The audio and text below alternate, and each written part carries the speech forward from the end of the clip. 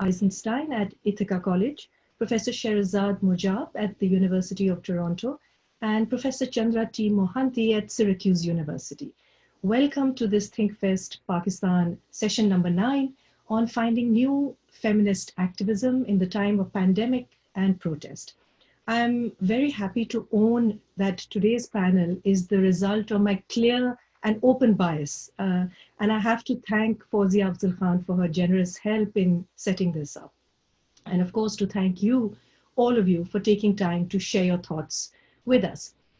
So your formal biographies are posted on the event page, but I wanted to begin with a more personal observation, which is that the scholarship produced by all three of you was essential readings when I read for a degree in women's studies in the 1990s.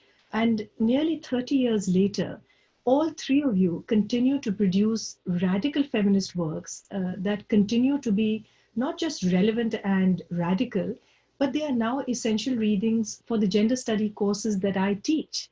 And I think two common things that all three of you consistently stress on is, number one, how global capitalism under racial and sexualized guise destroys democracies. And secondly, that really the battle is simply about profit versus justice. And these are just two powerful threads that connect you, and we'll discover more as we proceed today, I'm sure. I want to invite each of you to talk about feminism in the time of the current global crisis of the COVID pandemic, but also global protest. And Zila put it brilliantly when we spoke briefly a few days ago. She said, this is a time of devastation, but also promissory. So if I can begin with you, Zila, all your writings since 1980 at least have been clear forewarnings. They've literally been titled Anti-Feminism and Racialized Politics in the Election of 1980, for example. And recently you've written on the sufferings under Trumpism and the impact of the global pandemic on women and the racialized, marginalized. So it's Juneteenth today, Freedom Day. There are fresh protests in the United States, in Portland. If you could please summarize for us what you have been seeing through your feminist lens these past few months. Well, thank you so much. I'm not sure I can sound as coherent as you living in the United States, where I think we have been totally uncovered to the world, if not earlier, that we are in terrible crisis with no sense of justice or democracy in terms of how we are dealing with COVID, our own protests here against white supremacy, and the cacophony of voices that stem from this. So what I'm going to do, hopefully for all of us today, is just throw out questions, because I feel like I don't have very many answers, but I do think that to be willing to search for the new questions allows us to find the new capacity for revolutionary politics. So I do think it is an amazing moment for feminism across the globe, in the sense of a possibility of developing cross-generational, transnational revolutionary politics towards freedom and justice for us all. But of course, the incredible challenge is the part us all. So that means we have to see the Palestinians, we have to see people in our and all the prisons, in refugee camps, the Rohingya, the disabled, all but in one voice. Now, the one voice is not unitary, but it is with camaraderie and solidarity. So if I can be bold enough to say, you know, my dream, if it's possible to dream in this moment, is to find a voice for the health of the body our bodies, particularly female bodies in all their constructions, for that and for the planet, that we must do this at a time where the old is nearly done and the new has not yet arrived. And we could think of Gramsci or Baldwin or Gauss in their ways of thinking of these ideas. So in this cacophony of movement, both backwards and forwards, I am wondering about how we can mobilize women of every kind across the planet to take a side. In other words, this is not a moment to wait and see. This is not a moment to wait for a vaccine. Those in power are busy trying to save their crumbling edifices, and we have the capacity, particularly shown in the Black Lives Matter movements in the United States and throughout the world, with all of the supports that have come, to craft something different. So in this moment of what I will call singularity, nothing from before is fully recognizable. And it is very hard to imagine then beyond COVID, but whatever that beyond is, it has to embrace the way to see more, to see simultaneity, and to see rupture and disorder. So what I am really working towards is how all these little pieces that I've just kind of thrown out can define a new activism with new coalitions for a greater capacity of connection. Now, in this moment, many of the inequities can be exacerbated, particularly in the United States right now. There is both the struggle to destroy the system of white supremacy while creating new formulations of what justice can look like. It is an abolitionism that speaks of abolishing, but also creating, and wondering how many monuments do we have to bring down before we have a moment of what we might think is structural change. So what I do want to, in this kind of messiness that I'm trying to share, I do think that the only option is to try and formulate, as feminists, an abolitionist, socialist feminism that celebrates all of the different parts of the crisis, the disorder, and then the new. Now, of course, we're living in a time where I think nation states are crumbling and also working very hard at trying to restructure themselves. And, you know, we see this with Trump, we see this with Bolsonaro, we see it with Modi, we see it with Duterte. And so, again, as a feminist, as an anti-racist feminist, as an anti-imperialist feminist, I do think what is new here is there is a level of misogynist, homophobic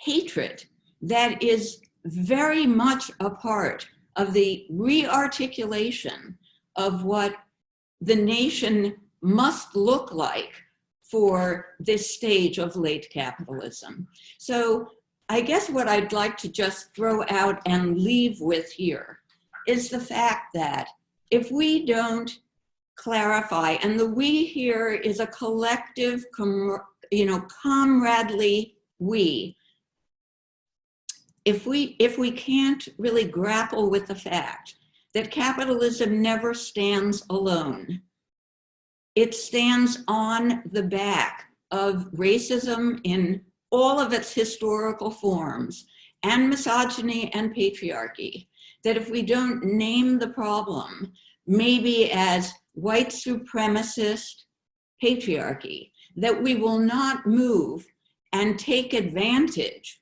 of this moment of exposure that COVID has offered us. Thank you. Thank you, Zila. I'm going to come back on some of these questions, some of the points that you've raised in the second round, because they're really critical in terms of, let's move on and start naming both identifying the issues that as they are today, and to talk about what we mean to do and what we means itself. But let me bring in Shahrzad now. Shahrzad, the range of your work has been remarkable, as is your commitment to Marxist feminism. You know, your teachings on women in revolution, your activism with the Kurdish and the Palestinian women's resistance, and also I've, you know, on a personal note, I've witnessed maybe court cases in 3 different countries now where your writings on honor killings have been cited as part of the official legal proceedings, right? There's a waiting list of students across the world who want to be supervised by you, and it thrills me because it signifies this resurgent interest in Marxist feminism that was previously in retreat, even in academia. I'm hoping you can summarize some of your key observations on the impact of the pandemic outside of North America, as Zila has pointed out, and its impact on activism. And do you see any potential and possibilities for the kind of revolutionary social transformation that Zila pointed out? Well, thank you so much, Afiya. You know that your work is also inspiring a lot of students and myself. And I really appreciate this opportunity. And I'm also very happy to share this session with dear colleagues that they have also inspired my work, Chandra and Zila. I want to start by quoting a part of a poem by Warsan Shire, a Somalian, Kenyan British writer, poet, and teacher. In the latter part of one of her poems, she says, "Later that night, I held an atlas in my lap, ran my fingers across the whole world and whispered, 'Where does it hurt?' It answered, 'Everywhere, everywhere, everywhere.'"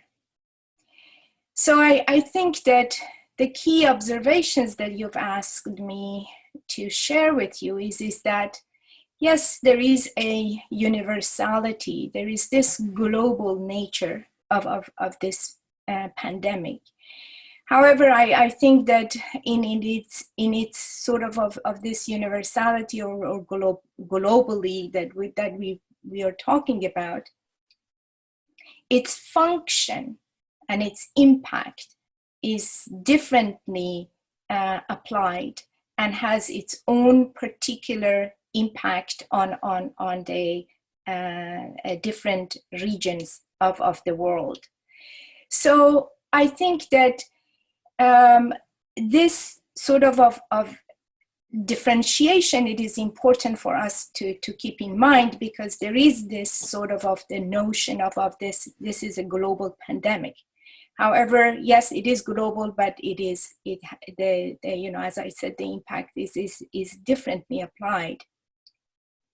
And it is important to remember that the pandemic has struck us under the capitalist imperialist condition. And remembering the logic of this condition of our time is important. And we know that this capitalist imperialist condition, as Zila also alluded to, is profoundly racist, militarized, sexist, secularized, and to the extent that we even can call it carceral capitalism.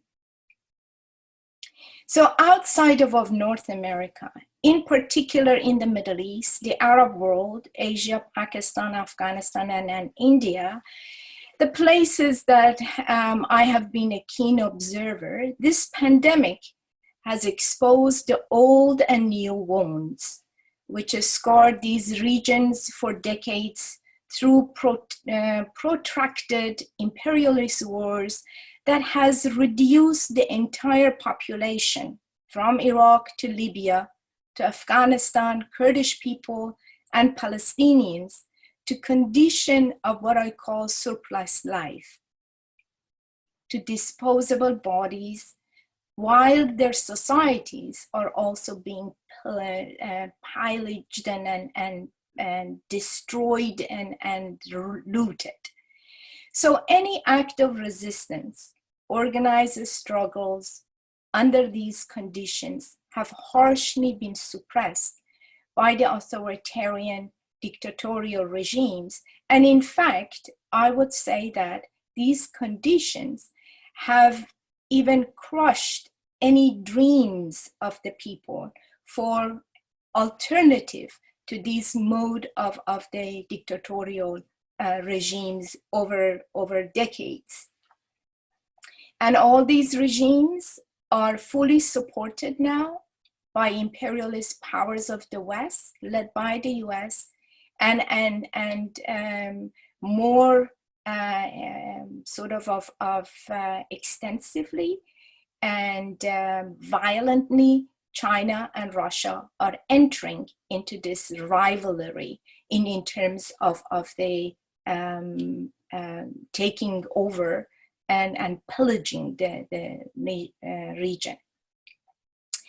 Now, let me review and remember some key events only in the latter part of 2019 in the region, in order to see what the impact of the pandemic beyond the health beyond the public health and beyond its impact in the health of the population. Because most of the focus is on that sort of aspect of the pandemic. You may recall that 2019 actually witnessed massive uprising again in Iran, Iraq, Syria, Lebanon, Egypt, Palestine, Turkey, often led by youth, women, workers, students, journalists. All of these riots and uprising protesting poverty, violence against women, demanding freedom of speech, demanding an end to the war in the region, demanding the release of political prisoners, and most significantly, demanding an end to the privatization of public life, and much more. We were witnessing a resurgence of a renewed uprising in the region, and I call it renewed because its radicalism was pushing more than certain concession with the dominant ruling class, which is something that happened in 2010, 2011, and 2012. And this is very important. And it is really important to keep that in mind, because when I said that in 2019, this was happening until November, December of 2019. In India, students were resisting the citizenship law of the Modi's government. At the same time, there were uprising and protests against the lockdown of Kashmir. Kashmir was locked down not by pandemic, but by the fascist state of India, and also all of the resistance that was happening in there. It is also important to remember that women in the region were inspired by the Chilean women whose protest song in 2018 became a global feminist anthem all the way to 2019, where they directly pointed to the state, police, church, the law, judiciary, and said that you are the rapist, you are the institutions to instigate femicide and violence against women. The Chilean feminist song was translated in Persian, in Kurdish, in Arabic, and it was repeatedly played in different women's protests. So I think when we look at what has been the impact of the COVID-19 beyond the health and the well-being of the people, is that it is important to think about it, how it has stopped the protests, shut down the resistance movement, and deepened the condition that people were protesting against: poverty, unemployment, lack of democracy and freedom. And during this time, what we are observing in the region is the rise in sexual violence, domestic violence, and also digital internet type of violence against women, that it is happening. The violence that it is going on against women in refugee camps, in Turkey, in Lebanon, in Palestine, it's horrific. There are many cases of the honor killing in Iran and Afghanistan only in the last 2 months. So this violence is deeply related to this brutality of global capital accumulation and also its imperialist violence that sustains it and sustains the ruling class in this the region. So I think that women have been participating, and we have a century-long history of activism of women in a massive scale, and they are resisting, but they have also been defeated over and over again by 3 dominant forces in the region. Then these forces are the internal ruling class that are continuously have been supported by the capitalist imperialist power. So these two are not separated. So if we want to talk about any kind of organizing, any kind of activism, it has to be built on international solidarity. And I think that it's very important that we, as much as any kind of a resistance that it is happening in the West, and especially in the last few months, from Black Lives Matter to the Me Too movement, that inspires the women in the region that we are concerned about. The kind of a resistance, the ingenuity, the creativity, the sacrifice, the kind of the threat that they are facing is not being part of it. It's not sort of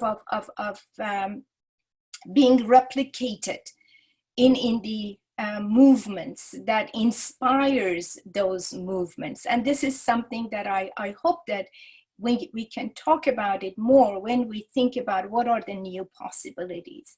And I think that we need, as a feminist, I would like to propose that we need to think about our international solidarity. How would that look like? The feminist international solidarity that can overcome the sort of the more nationalist and also has a profound and expansive knowledge of the impact of capitalist imperialism throughout the world. Thank you. Yeah, thank you. I mean, this is a compelling sort of account and sort of the range of the challenges, geographic and, sort of in terms of the issues themselves are, it's an incredible challenge. And I, for one, am I'm concerned, and I'm very glad that you raised the issue of Kashmir, because it's not a matter of the nation state withering away or lessening its impact over there. It's quite the opposite. It's forget anything else. This is recolonizing a space and a geography and a peoples. So I think it's interesting we talk about international solidarity as you've mentioned, but even in terms of the region, Shahrzad, South Asians and internationally feminists have not put Kashmir onto the feminist agenda enough, in my opinion. We've only recently seen Palestine go on, and I think this is also a moment for us to reflect on what's been missing and what we are lagging on, even when we talk about certain projects. And I want to bring Chandra into this because her work has, again, constantly tried to pull our attention to this. Chandra, your perhaps most renowned work is the much cited and widely translated Under Western Eyes, right?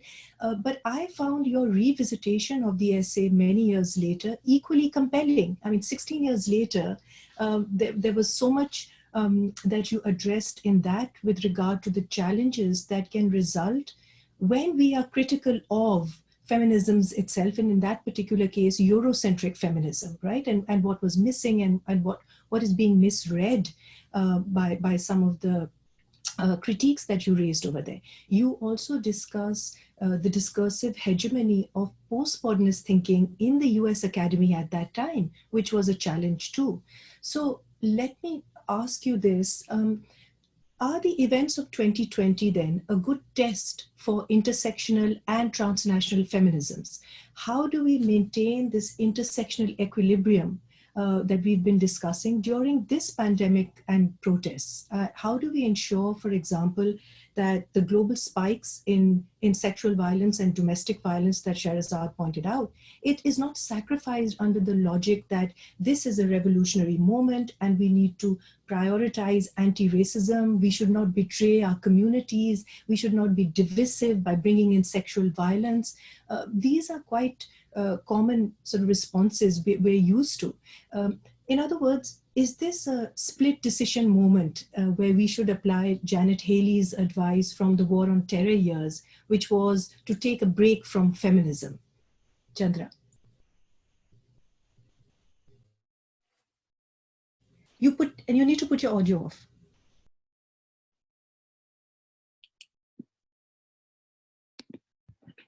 Thank you, Afiya. And thank you, Zila and Shahrzad. Those were really amazing reflections. So I guess what I want to do is, I'm hoping I will answer some of the questions you raised, Afiya, right? And I will connect quite clearly to what Zila said and what Shahrzad said just now. So in thinking about this moment in 2020, right, I think that I want to raise three conceptual and political points in terms of feminist frameworks for pandemic and protest at this time, right? One is the idea of crossing borders, two, of interconnected histories, and three, of intersectional social movements, right? And I'm going to talk about all three. So, and then before I do that though, let me just say very simply, what does it mean to have a feminist lens in thinking about these issues, right? Simply, a feminist lens requires understanding that racialized or caste or class or ability or sexuality specific gender, right, is key to mapping borders, histories, and movements, that it's central to how we map these, and asking the question, how and why do women, queer, and gender non-conforming people matter in understanding and responding to this moment of global pandemic and protest? So that, just really simply, that's it, right? So let me begin by talking a little bit about borders. So the commonsensical understanding of borders, right, of geopolitical borders, of national, local, regional borders, involves militarized security forces that are supposed to protect folks who are inside those borders and keep the invaders or the outsiders out. And that's just taken for granted. Especially, I think the whole discipline of international relations is often built on that assumption. COVID illustrates that borders, first of all, cannot be shut down to keep the virus out, okay? Out of the question. In fact, national quarantines even are not safe for people in prison, in detention centers, in slums, and in the US for Black and brown communities subject to police violence, right?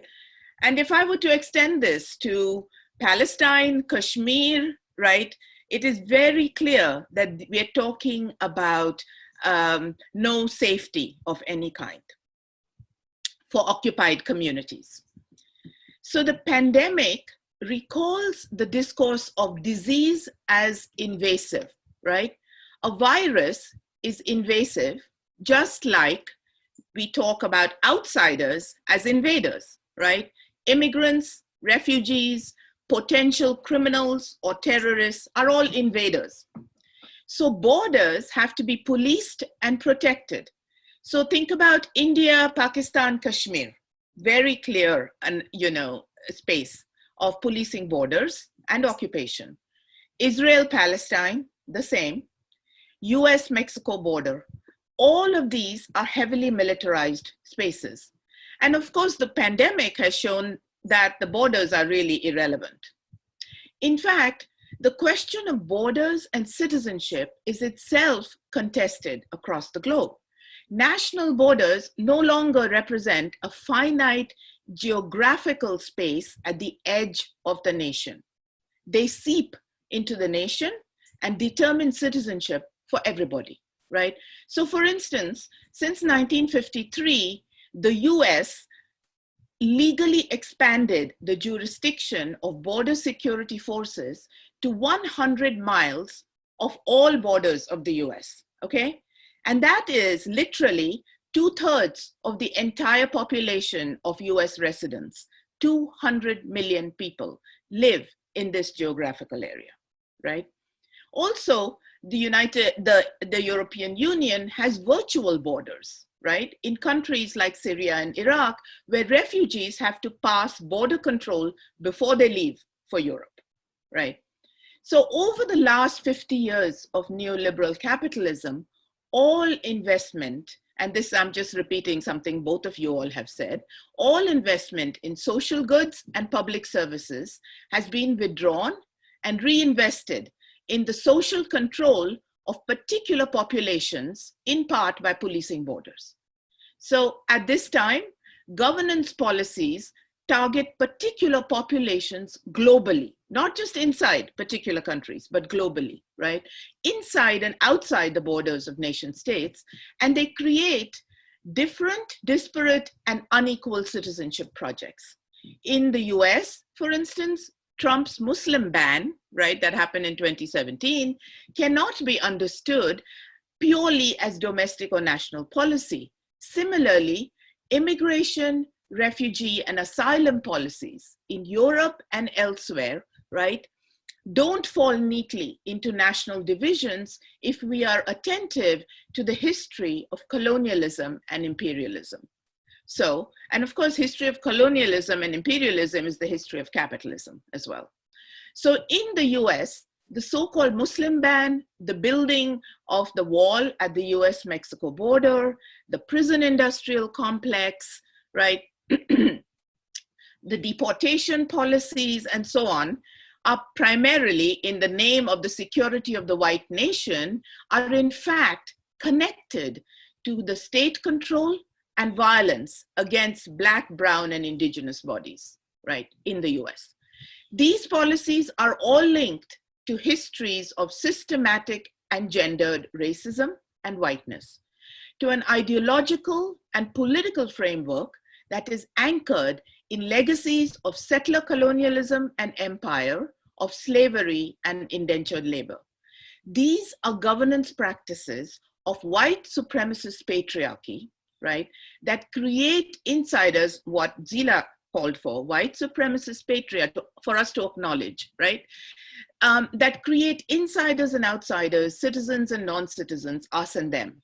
In India, the analogy would be Brahminical patriarchy and supremacy, and the Islamophobia that constitute the ruling practices of Modi's government, criminalizing, incarcerating, and killing Dalits, Adivasis, and Muslims in the name of a Hindu Rashtra. And not to mention, of course, all of what Shahrzad mentioned, which is the protests in 2019 against the citizenship law, as well as the occupation of Kashmir, which I completely agree has not been on the feminist agenda for a very long time. It is only, if I remember correctly, one of the most visible discussions of feminist praxis around the issue of Kashmir happened at the National Women's Studies Association conference in 2019, where we had, I think it was 2019, not 18, where we had, in fact, a panel which was devoted to that, a plenary devoted to that. So yes, it hasn't, although if people are interested, especially in the US, they should go to Stand with Kashmir, which is online and has most amazing information and also activist projects that people can get involved in. Okay. So this kind of interconnected historical analysis, right, which is what I'm trying to suggest, is key to figuring out how to respond to the global social inequities and violence that the pandemic has laid bare. So I guess what I'm saying is, like Zila, I believe, and like Shahrzad, that we need new questions. We need to rethink our old answers, all of those things. I also think that without a particular materialist historical analysis, we actually cannot come up with sort of ways of thinking that are grounded in the differential realities and legacies of power and inequity and dispossession that we've all inherited, right? So histories of colonialism, imperialism, slavery, and migration are interconnected, and they cross geopolitical borders. In fact, they can lead to building bridges, right, of solidarity across social justice movements in different geographical spaces, just as the most compelling coalitions and solidarities across national borders have been among scientists who have shared data towards the common purpose of learning about and finding a solution to the spread of COVID-19. Of course, that's not as profoundly political as I'd like it to be, but it's really important, I think. So protest movements then, I think, also have to be intersectional, right? They cannot be single issue. And some of the current protests, and again, I'm really, my commitments are always to making certain kinds of connections across borders. And I speak as somebody from India, from the global South, but who has been living and dealing with this beast of the United States for about 40 years now. So a lot of what I'm talking about comes from living every day here and seeing it, right? And so for instance, I think some of the current protests in the US, which is what I want to talk about, right, illustrate the intersectional nature of this. For instance, the Black Lives Matter after movements, after the murder of George Floyd, Breonna Taylor, Ahmaud Arbery, Tony McDade, etc., builds on the history of earlier social movements, right? So here in this country, there have been a lot, and I don't want to map it all, except most recently, the Women's March, which was global, and Occupy movements, and the International Women's Strike. I mean, there's a lot of things that build up to this, not to mention a whole history of Black feminist organizing in this country that has happened, through the 50s, 60s, 70s, 80s, 90s, 2000s, right? Black Lives Matter protests have been recorded in 4,211 cities and towns across the globe. And that includes Karachi, Colombo, Kolkata, and Tokyo. It is the largest social movement, people say, in the history of the USA. the feminist Me Too movement calling out practices of sexual harassment and violence in the workplace also has had a global reach, as does the anti-racist BLM movement, right? The present conjuncture of pandemic and protest reveals that women, especially Black, brown, indigenous women, have been at the center of both. 70% of the health and social service workers globally are women. Women are at the forefront of the pandemic as workers and caretakers. They're also at the forefront of the BLM protests as organizers and leaders, although we don't talk about this so much. Also, it's interesting that the countries that have handled the pandemic the best all have women leaders, just FYI, right? Okay, so just a few, I'm going to conclude with just a few, I'm okay time-wise, Afiya? I'm going to come to you for the second round. I wanted to go back to Zila so that we have enough time for questions. Okay, then I'll stop. And right. Actually, it makes logical sense to just, let me just put the second round start with you, because I want to connect it to everything that you've said so far. Okay. Let's go straight into it.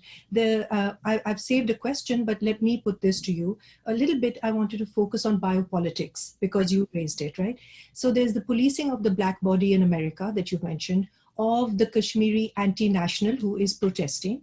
There is the question of the unveiled sexually dissenting body in an Islamic republic, but also the veiled Muslim minority body in India and Europe, for example. Yes. So what is this feminist project that all three of you have spoken about, which can begin to de-racialize these bodies and to decolonize the very sites that they are inhabiting? What is that project that you are imagining and that you say is very important and a compelling moment for it? How do we begin it? I think that the way we begin to talk about these questions is by, in fact, developing as complex frameworks as we can, which are historically, politically, and socially, culturally specific. So while on the one hand, the project of combating anti-Black racism looks a certain way in the United States, right? And it is Black female bodies who are colonized and disposed of in ways that men are not, although men are incarcerated in different ways, whatever. So I think that for me anyway, it's always been about looking for knowledge and information from particular local social movements and projects, feminist social movements, women's projects that have in fact figured out how to address particular issues that determine their own sort of feminist politics, vision of justice.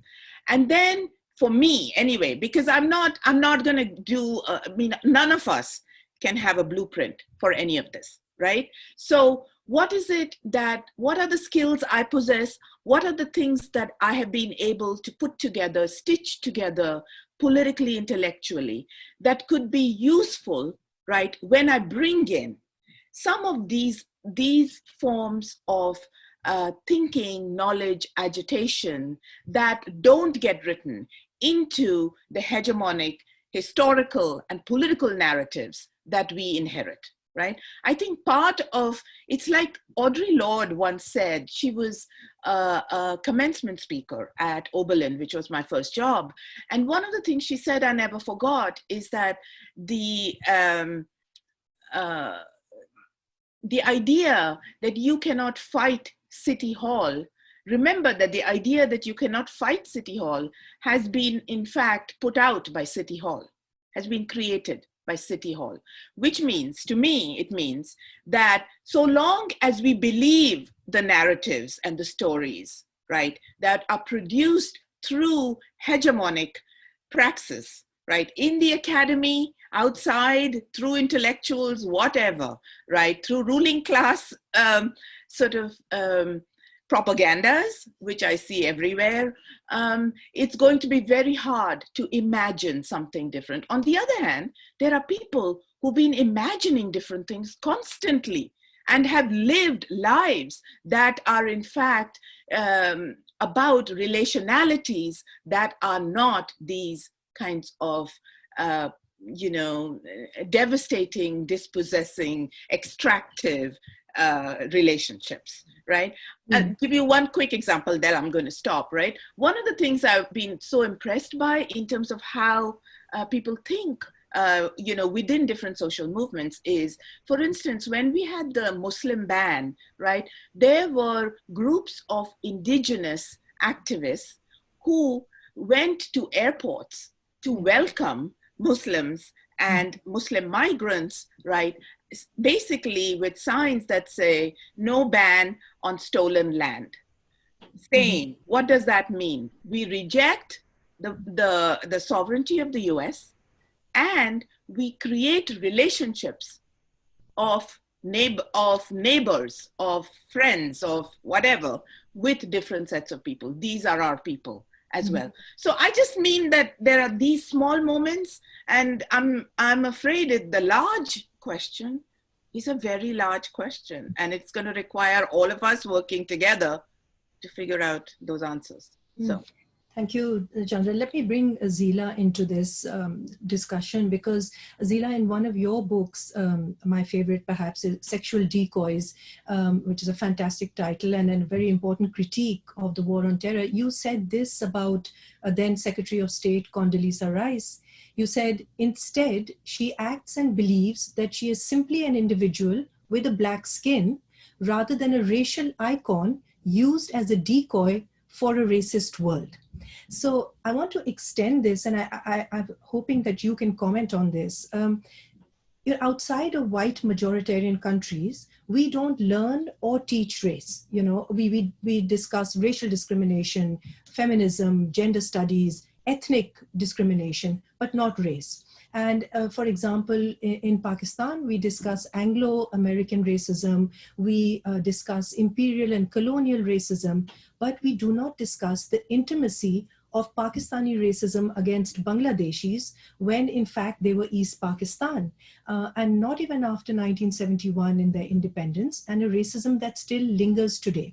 Now, this is not to make a comparison. We don't discuss racism in Sudan, we don't discuss it in Singapore, we don't even discuss it in the United Arab Emirates or in the Gulf countries where Pakistani labor, where there is so much indentured labor. And that all of this is premised on racial differences, So the point is, as I say, not to offer a direct comparison or to create a hierarchy. It's just to acknowledge the intimacy and proximity of racism everywhere, right? If there are these multiple circuits of racism, and Chandra says, where do we begin except at the local and connect it to the international? How do we decolonize, deracialize politics and, for example, our academies where all of you teach, without replacing it with tokenism or a different kind of censorship, which you have been very critical about? Well, the question of racism and the way that plays in this particular moment, and then how it has to be addressed for the larger collectivity across nations, across the differences. It seems to me that, again, I would want to come back to that there is no racism without its sexual history. And so this idea that we can do racism, in quotes, without doing sexism, I think is impossible. I think actually the way that we learn both of them is through a particular relationship to the body and its meaning. And of course, that has different historical narratives. The ones, of course, I am the best aware of are the Western model of that.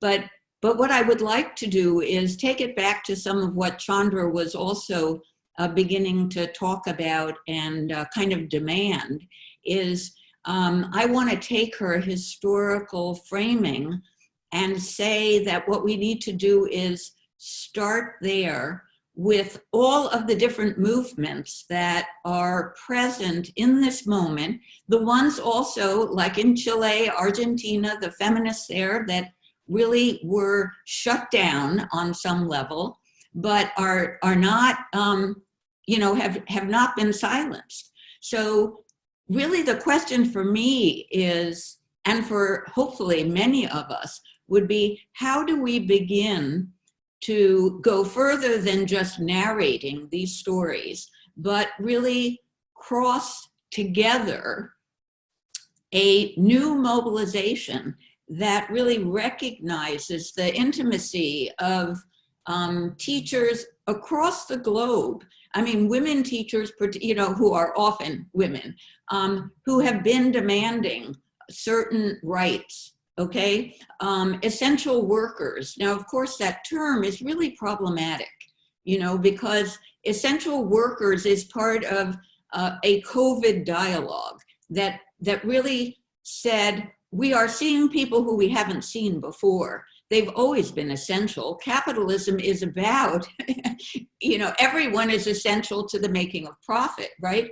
So again, but what have we seen? It's across the globe, it's primarily brown and black women who are the essential parts of capitalism, right?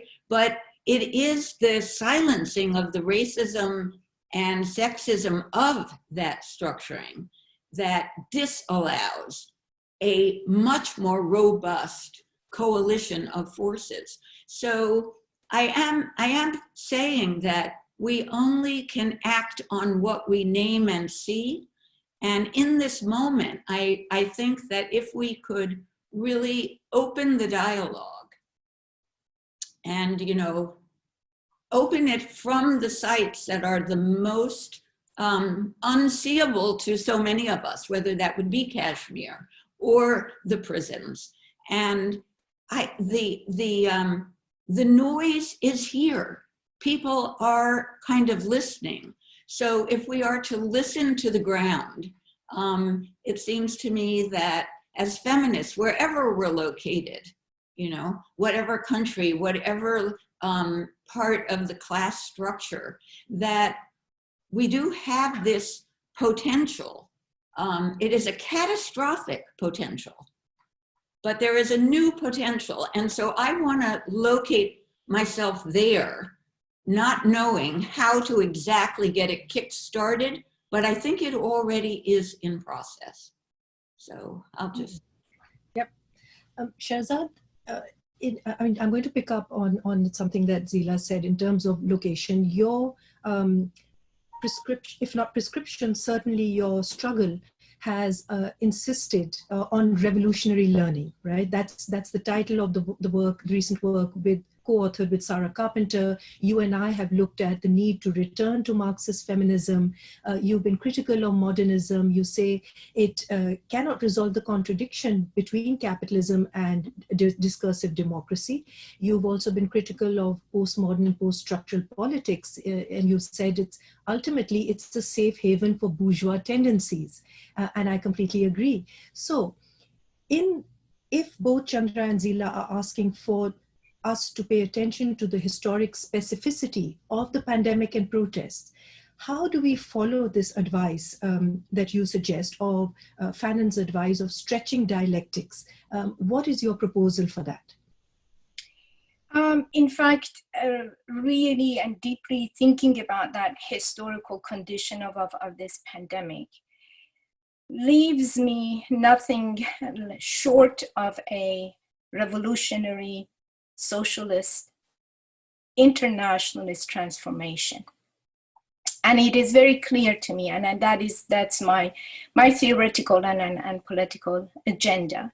Any kind of a dialogue that does not take that project at this moment of the history will repeat all the mistakes that we have done in the past, and everything that has been, you know, a step forward and maybe 10 steps back. Recently, I looked at the report of the ILO that says that this pandemic has resulted in the loss of at least 305 million jobs. Majority of these jobs are women, and then also migrant workers, and also in the rest of the world that we are, and especially the region that we are talking about. 2 billion workers are in the informal economy. And again, women are dominant workers in the informal economy. And the report also notes that the imminent threat to the next pandemic, it's not going to be COVID, or it's not going to be health related, but it is going to be hunger pandemic.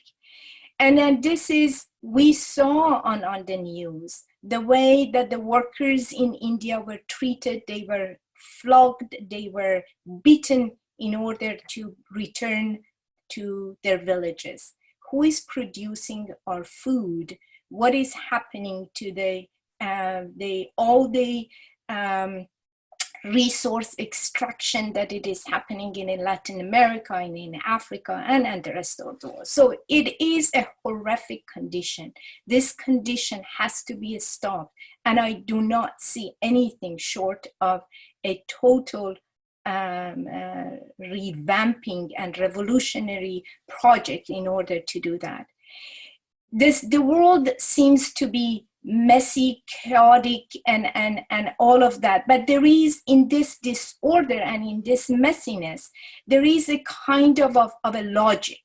And this logic, it's, for me, the way I understand it, is the patriarchal, racist, capitalist, imperialist logic, which leaves us nothing. Majority of the people of the world are going to be the dispossessed, they displaced, and subject to the brutality of this social order.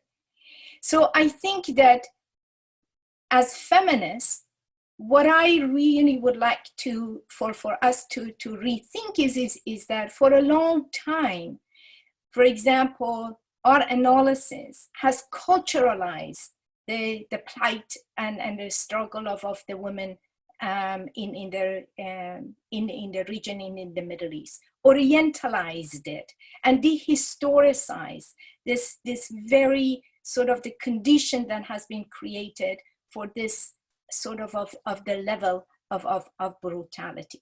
We need to ask this question: why do class, race, and patriarchal gender relations survive and even thrive in spite of the widespread resistance, and then also a lot of theoretical advances that we've done? So I think that the answer for me is that in the theoretical, political, class position that we have taken, and I think that one position has sort of sought emancipation and liberation of women within the legal and political frameworks of this capitalist system, and then also playing around with some sort of achievements here and there. And in particular, I think that for the region, and when part of Afiya, your work and my work is this massive NGOization, liberalization of the women's movement in the region, which has only reproduced this capitalist, imperialist, patriarchal, racist relations. And the other sort of the class position that I will take is the total dismantling of this relationship. And I think that we've got to the point right now that it is very important that we really think through all of this. You remember that for decades, the feminism discarded concepts of oppression, exploitation, subjugation, subordination, and solidarity and internationalism. What they told us, they gave us tools in order to look at only our bodies, our culture, our identity. I remember that it was just after the 1979 coming into power of the Islamic regime in Iran that out of a sudden, my identity became a Muslim woman. And the entire region was called Muslim society. This using the culturalizing, the struggle of women in the region and the identity of women with culture, with religion is sort of taking away our agency of radicalism, of socialism, our dream of communism, our dream of a secular, democratic, radical possibilities in the region. So I really think that it is very important that we think about this internationalized revolutionary project. I know it's it's not rhetoric, it's not a slogan that I'm proposing here. I really think that we need to work together in order to come up with a theoretical, robust rethinking of our theoretical positioning in order to build that sort of an international project. Otherwise, any kind of projects that is short of this framework will sort of repeat what we have done in the past. And it will just create another form, maybe more radical form of reformism, but it's not enough. Quite right. Shahrzad, we have just time for one round of questions. And I've got some. I want to begin with Chandra because this is based on all the presentations that you've offered. Chandra, the one question for you specifically was that you mentioned scientists at this time are sharing data across the world. Why can't protest movements, and feminists do the same? And the question says that, everyone wants a vaccine. So they support this idea of, saving lives and sharing this data. But how do we extend the same to feminist protests or anti-racist protests, particularly when there are so many contentions between and amongst us regarding the priorities? And I think Zila mentioned some of this, that how do we prioritize? We cannot separate racism from sexism, but of course we do when we are engaged in these protest moments. How do we equate this with the example that you gave?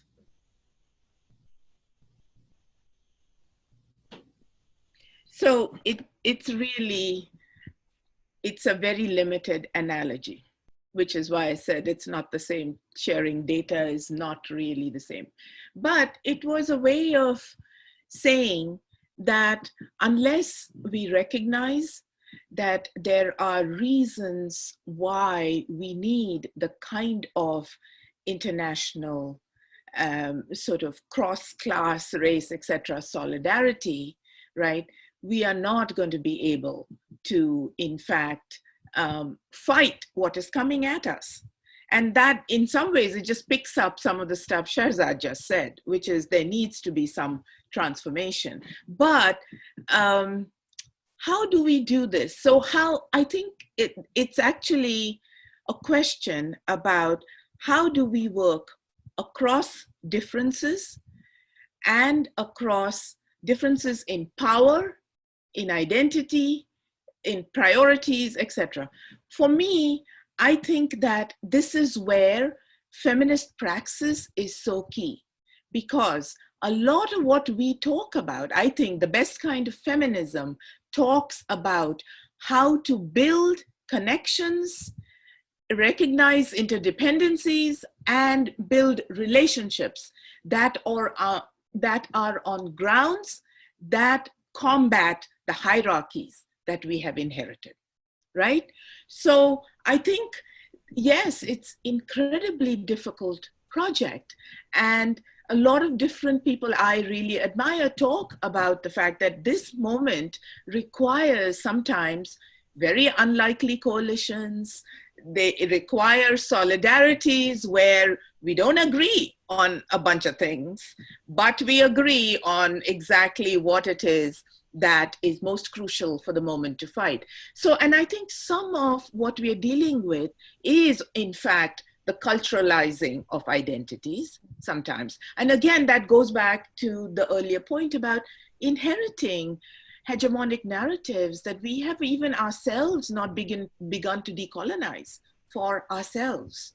So some of the reasons, yes, we have different priorities, but does that mean we cannot, in fact, be supportive of people across, you know, for instance, to me, it boggles the mind that in India, the history that we have been taught, right, is so much a history where the colonization of Kashmir, right, was never, in fact, something that we were able to address. Kashmir was always part of India, you know? So the point is, with that narrative, and most people inheriting that narrative, you can see why people who are engaged in particular kind of anti-caste struggle or, anti-Islamophobic struggle, right, need to do a little bit more work to connect with what's happening in Kashmir, right?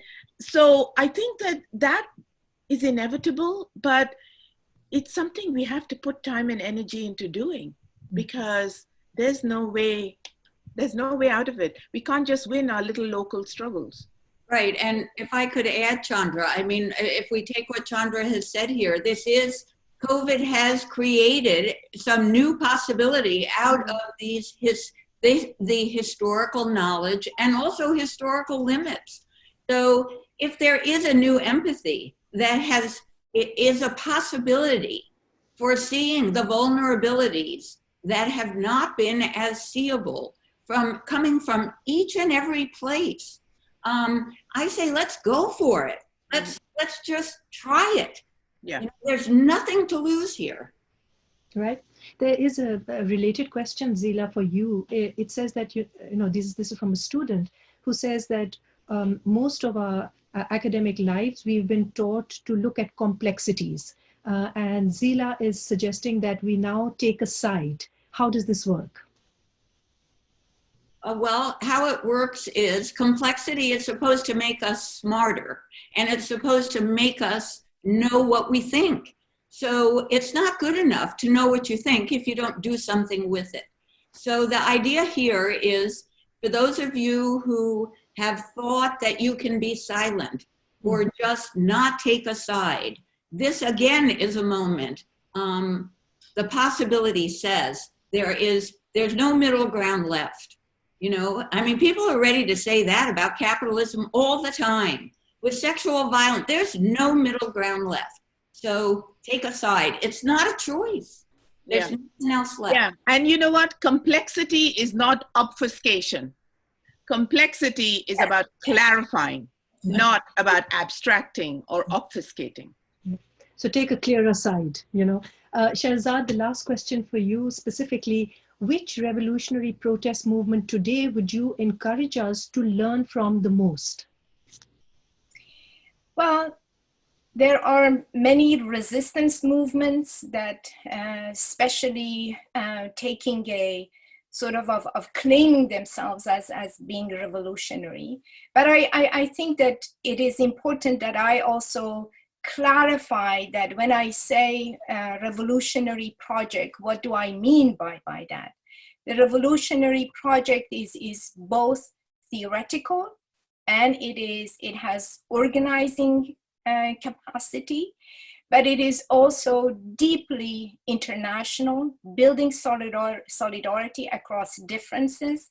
I think that the experiment of in the region right now, in Rojava, the Kurdish people, despite all the shortcomings, despite all the also some illusionary reliance on the West, and especially the military might of the West, it's a possibility, but I think that we should also push forward the boundaries of that.